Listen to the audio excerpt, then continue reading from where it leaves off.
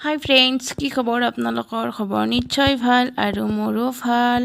মই আজি কাঠবাদাম বনাম বুলি ভাবিছোঁ আৰু ৰাতিয়ে মই ভিজাই থৈছিলোঁ কাঠবাদাম আৰু এইবোৰৰ বাকলি গুচাই দিলোঁ আৰু এতিয়া মিক্সিত মাৰিম। মিক্সিত মাৰিলে কি হ'ব, মিহি হৈ যাব।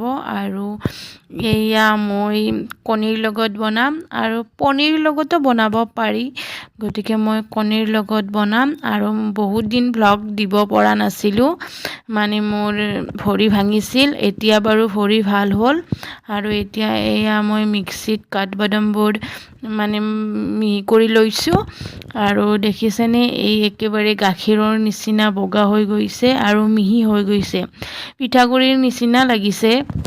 পিঠাগুড়ি মানে চাউলৰ গুড়ি। আৰু আজি ফাংচন আছে, গতিকে আমি বৃহত্তৰ হেঙেৰাবাৰী স্বাস্থ্য নিবাস কলনীত বহাগী বিদায় সন্মিলন চলি আছে আৰু আমাৰ পৰিয়ালটোৱে আহিছোঁ আৰু বহুত মানুহ আহিছে, দেখিছেনে।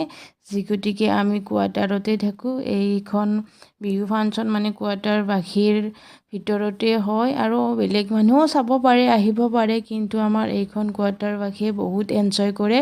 গতিকে আমি এই তিনিটা ল'ৰা ছোৱালী আৰু মই আহিলোঁ আৰু মোৰ লগত মানুহজনেও আৰু বেছি দীঘলীয়া নকৰোঁ, গতিকে ভিডিঅ'টো ইয়াতেই ৰাখিছোঁ। আপোনালোকে চাব, কেনে পালে। Bye bye.